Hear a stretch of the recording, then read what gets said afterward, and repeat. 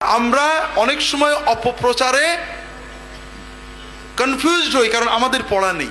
রাসূলুল্লাহ সাল্লাল্লাহু আলাইহি ওয়াসাল্লাম জিহাদের কথা বলেছেন, আমরা মনে করি বোধহয় অন্য কোনো ধর্মে নেই।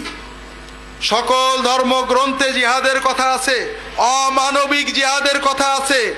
রামায়ণে আছে, গীতায় আছে, মহাভারতে আছে, বেদে আছে, আপনার বাইবেলে আছে। মুহাম্মদ রাসূলুল্লাহ সাল্লাল্লাহু আলাইহি ওয়াসাল্লাম এই অমানবিক জিহাদকে মানবিক করেছেন, শর্ত করেছেন। শুধুমাত্র সশস্ত্র যোদ্ধার বিরুদ্ধে রাষ্ট্রীয় নিরাপত্তার জন্য যুদ্ধের হুকুম দিয়েছেন। যুদ্ধের মাধ্যমে আল্লাহ রাসূল সাল্লাল্লাহু আলাইহি ওয়াসাল্লাম, সাহাবে একরাম, খোলাফায়ে রাশিদিন, কোন মুসলমান একজন মানুষকেও তার ধর্ম থেকে ইসলাম ধর্মে আনেননি। ধর্মের জন্য যুদ্ধ নয়, রাষ্ট্রের নিরাপত্তার জন্য, ধর্ম পালনের স্বাধীনতার জন্য যুদ্ধ। কথা কি বুঝতে পেরেছেন? আর মানুষের ইতিহাসে সবচেয়ে বর্বরতম গণহত্যাগুলো হয়েছে। আপনাদের একটা ছোট্ট ঘটনা বলি। কানাডায় থাকে এক বাঙালি, বাংলাদেশ থেকে যখন গিয়েছেন দুষ্টু ছিলেন, মাদকাসক্ত ছিলেন। কানাডায় যে একজন রিভার্ট মুসলিম, নতুন মুসলমানের সাহসের যে খুব ভালো হয়েছেন, দাড়ি রেখেছেন, নামাজ কালাম পড়েন, গাড়ি চালান, ট্যাক্সি চালান। তো ট্যাক্সিতে এক পাদ্রী উঠেছে। পাদ্রী উঠেই স্বভাবতই পাদ্রীরও চিন্তা, এটা তো মুসলমানকে দেখে একটু খ্রিস্টান ধর্মের দাওয়াত দেওয়া যায় কিনা।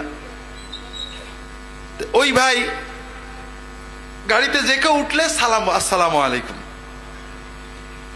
তো ওই পাদ্রী বলছেন, তুমি কি জানো আমাদের যীশু খ্রিস্ট আসসালামু আলাইকুম বলতেন?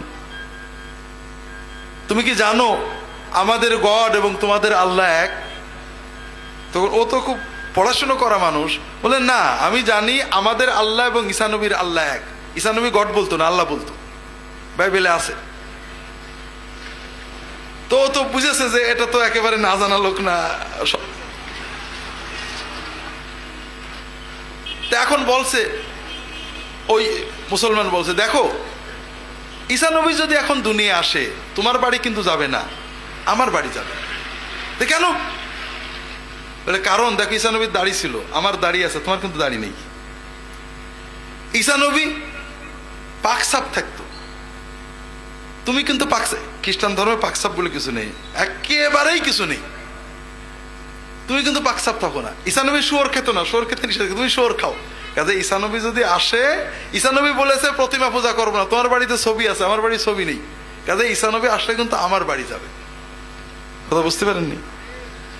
যদি ঈসা নবীর তরিকায় থেকে থাকে, আমি আছি, তুমি নেই। যাই হোক, কথায় কথায় বলছে, দেখো এই যে বর্তমানে খুন, মার্ডার করছে, মুসলমানে তো মার্ডার করছে। বলে হ্যাঁ, তুমি ঠিকই বলেছো।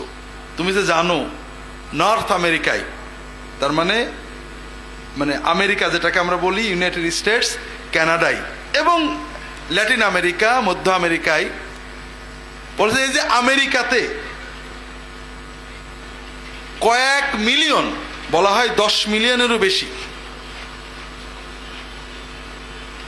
নেটিভ, যারা অরিজিনাল আমেরিকান, অরিজিনাল কলম্বাস এবং অন্যান্যরা যাওয়ার আগে যারা আমেরিকায় বাস করত, এরকম 10 মিলিয়ন, 1 কোটিরও বেশি হয়, 1 কোটি হয় আর কি, 10 মিলিয়ন বা তারও বেশি নেটিভ আমেরিকান রেড ইন্ডিয়ানকে হত্যা করা হয়েছে।